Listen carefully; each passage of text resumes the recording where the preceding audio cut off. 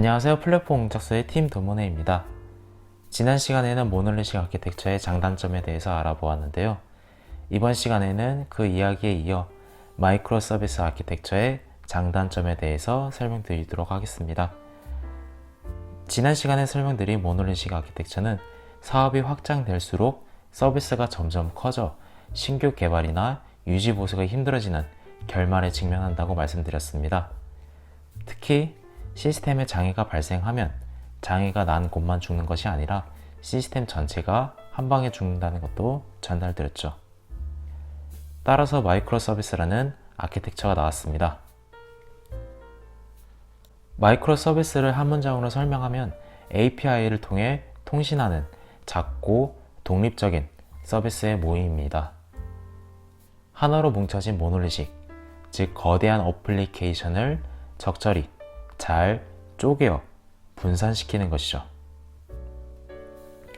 그로 인해 얻게 되는 이 아키텍처의 장점에 대해서 설명하자면, 상식적으로 백도어를 열거나 다른 서비스의 DB에 직접적인 커넥션을 맺지 않겠다는 전제하에 API라는 서비스 간 국경선이 설정되어 내부 클래스에 마음대로 들어올 수 없게 되어 모듈성이 형성되었습니다. 미국으로 예시를 들자면, 미국이라는 곳은 하나의 국가 안에 51개 주로 나누어져 있죠.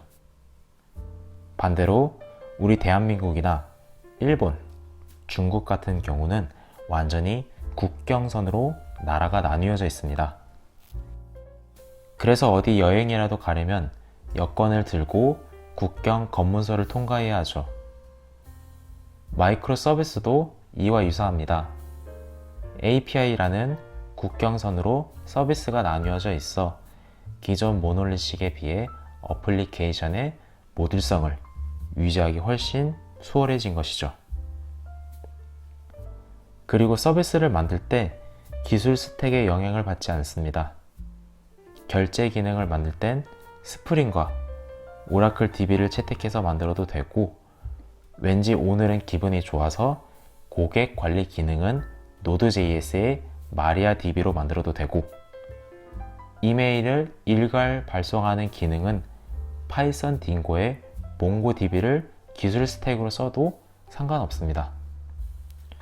기존과 달리 서비스를 기능별로 나누어 놨기 때문에 서비스를 독립적으로 배포할 수 있는 것이고, 서비스 간 통신은 API로 하기 때문에 가능한 일인 것이죠. 다음으로 시스템이 독립적으로 배포되어 있기 때문에 마치 꼬리를 자르는 도롱뇽처럼 시스템에 장애가 발생하면 장애가 발생한 곳은 죽더라도 전체 시스템은 살아있게 됩니다. 쇼핑몰로 치자면 이메일을 대량 발송하는 기능은 망가졌어도 일반 사용자가 물건을 검색하고 장바구니에 그 물건을 담으며 결제하는 기능은 정상적으로 사용이 가능하다는 소리죠. 마지막으로 MSA, 단어 그 자체입니다. 모놀리식과 달리 서비스 그 자체가 작습니다. 덕분에 개발자들이 코드를 이해하기 쉬워지는 것이죠.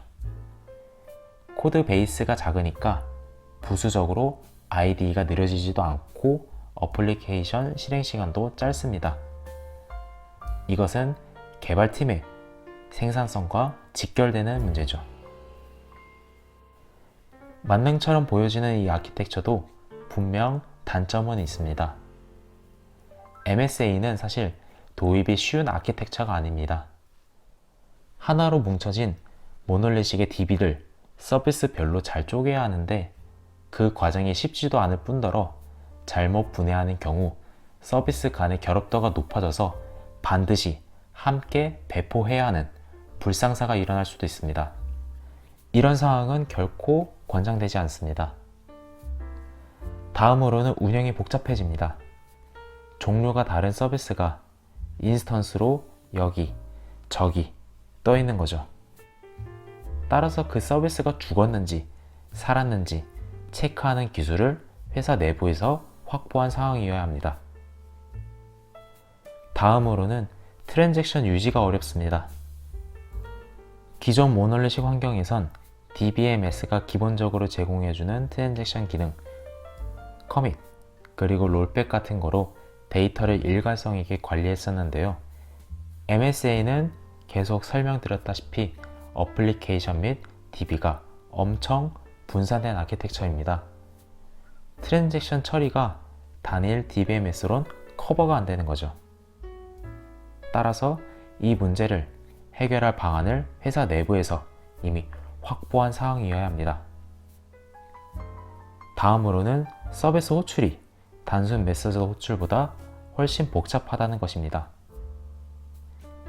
에러가 나면 어느 시스템이 잘못된 건지 파악을 해야 하는데 여러 시스템에 걸친 작업을 추적해야 하므로 통합 로그 관리 시스템이라도 없으면 디버깅이 굉장히 어려워지는 것이죠. 따라서 방금 언급한 단점들을 모두 극복할 수 있는 기술을 회사 내부적으로 확보하신 다음에 MSA를 도입하시는 게 현명하다고 판단됩니다. 오늘 영상은 여기까지입니다. 영상 유익하셨기를 바라며 다음 시간에는 MSA 도입을 위한 기본적인 설명, 그리고 기존 모놀리시 프로젝트의 분해 전략에 대한 설명을 이어나가도록 하겠습니다. 영상 시청해주셔서 감사드리고 궁금한 점이 있으시다면 댓글 남겨주시길 바랍니다.